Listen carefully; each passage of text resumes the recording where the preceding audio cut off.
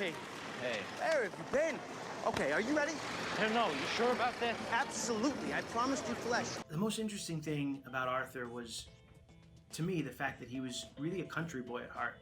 The fact that he loved the outdoors and he was a fisherman.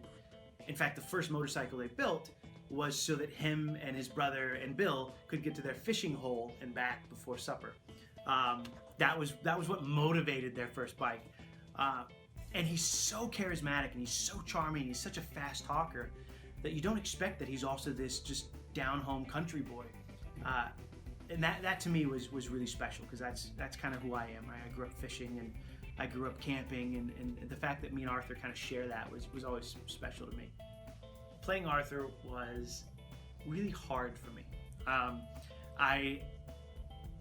I've always admired people that are really charming and charismatic and have like this, just that magnanimous personality. I've always been kind of an introvert, you know. I get awkward in groups and I kind of turn in, you know. And so the challenge of the big chest and always ready to sort of face the conversation was really interesting to me as an actor, because it was so diametrically opposed to my natural disposition. Which is funny, because someone that has that natural disposition wouldn't even think twice about it, right? Like, you drop Paul Newman in there and he just talks, and it's just you're drawn to it. The challenge of it was my favorite part, though, and really just kind of falling in love with who the guy was. He was so loved by everyone that ever wrote anything about him. But he was so fair and honest and just. That's what mattered most to me, I think, and that was my favorite part of the character. I want you to finish up those figures.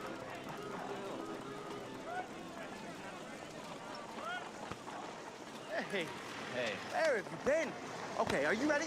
I don't know. You sure about that? Absolutely. I promised you flesh, and I shall deliver said flesh. We're not gonna get in. Of course we're getting in. Hey, when have I ever gotten us in trouble? All the time.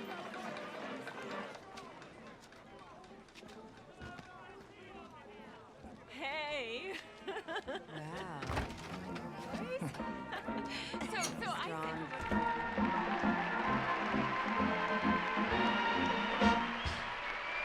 Ladies and gentlemen, Anna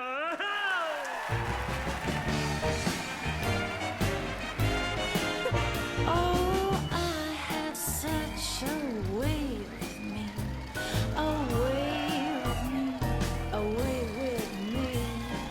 I have such a nice little way with me. Do not think it's wrong. I should like you to play with me. Incredible. To play with me, come play with me. Incredible. I wish you'd come and play with me. Play with me all day long. One thing I ask. Her foot? Shows the scale to the miniature gas explosion engine. Anna held like that, and you draw this. I'm gonna figure this out, maybe use it for a school project. You see, this is what I'm talking about. With your smarts, you don't need to go to college. I'm trying to concentrate on it. I wish you'd come and play with me. Snuck in again, huh? Oh. Such a way with me. Oh, way with me. Oh, way with me. I've owned a lot of bikes. I've had 16 bikes. I've wrecked pretty much all of them. The first time I was ever on a bike, I was a baby. My dad would put me on the gas tank.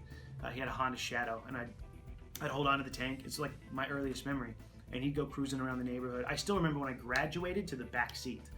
The first time that he was like, "Oh, you're old enough now to sit on the back," and I almost fell off because I don't know. I was too comfortable, and I didn't think I needed to hold on. And I remember he took off, and I kind of grabbed the back of his shirt just in time. But I had my first bike when I was 14, and I immediately took it all over the place. And I went back and forth across country on it, and I eventually bought a BMW. The R1200C is probably my personal favorite bike, just because of how unique it is. It sort of somehow merged that very American cruiser kind of thing with the very sort of European engineering first kind of perspective. It was like the right and left brain were both just harmonized. I've loved all my bikes though, right? You can't be a biker and not love your bikes. I've had Suzukis and Triumphs and a Sportster. So if it's got two wheels and an engine, I'm in.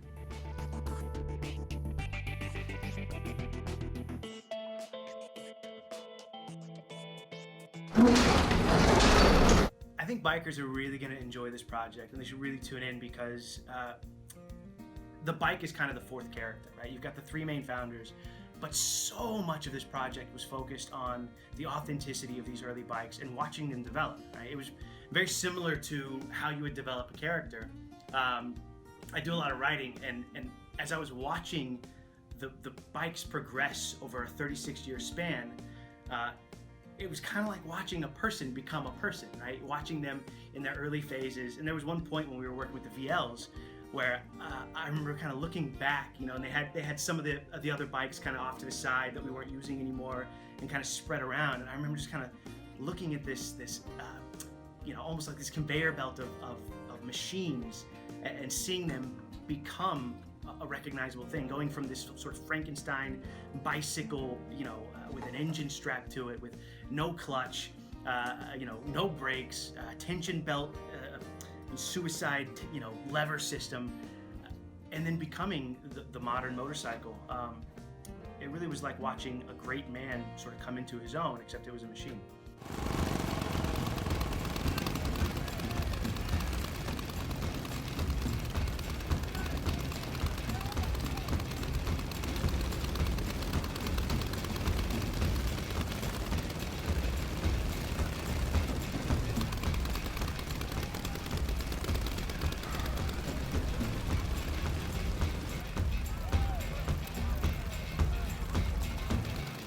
What an engine you have there!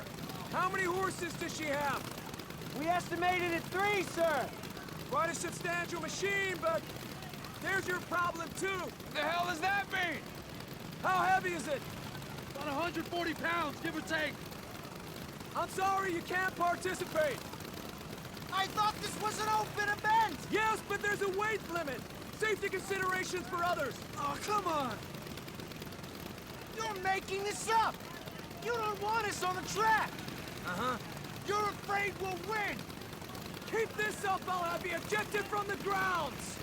You built this as an opportunity for upstarts, when it's really just self-promotion. You're a fraud, Mr. Hendy. Multifaceted. Do you leave on your own or do you need help from my boys? It's okay. We're leaving. Whoa! What? We're racing! We're leaving. What? No! Good luck, Mr. Handy. Such a shame.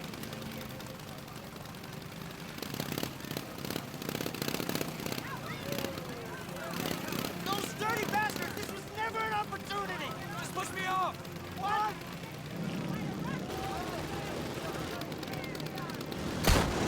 Push me off. Push, push, push. Oh. Hey, watch it, Joe.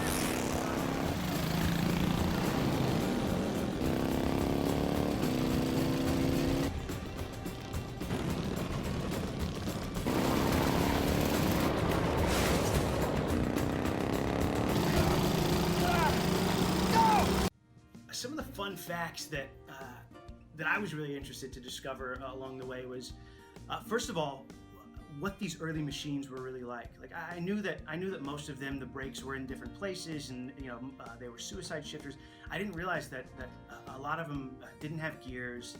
The tension belt system on the early bikes that most of the early bikes were dealing with was fascinating to me as a biker. And really just wrapping my head around, you know, when you ride a motorcycle, everything's just so intuitive. You're just so used to things being where they're supposed to be. Wrapping my head around how all these early bikes were different from one another. There was no standardized system. You know, a lot of guys think they have these tidbits of like, well, you know, the first Indians were this way or that way, but there wasn't a standardized way of doing it. It was just sort of invention as you go. And so these guys were kind of figuring it out. They were like, well, the chains we have available to us are aren't strong enough right now, and so they would, take belts off the walls. Gas cans were like, cookie tins and things like that they would epoxy shut, and I mean, just really just inventive, and discovering the early Merkles and the early Indians and all those little distinctions were just really cool. That was probably my favorite part as a biker. Also the historical aspects, though. The fact that Harley, provided free classes to military men. That was one of my favorite facts. I was a big history fan.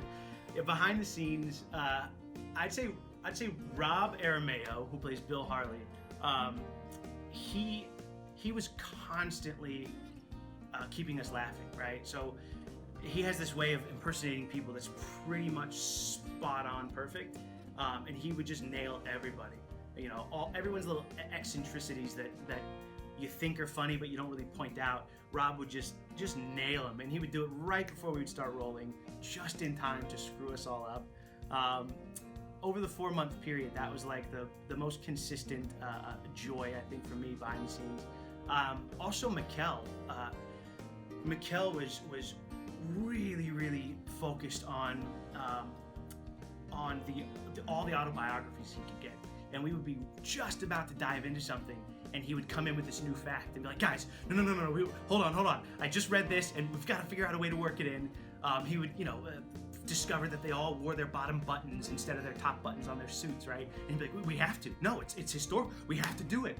And so we were constantly adapting at the last minute to get some little detail that just seemed really cool to him. And when he would share it with us, it would be really cool to us.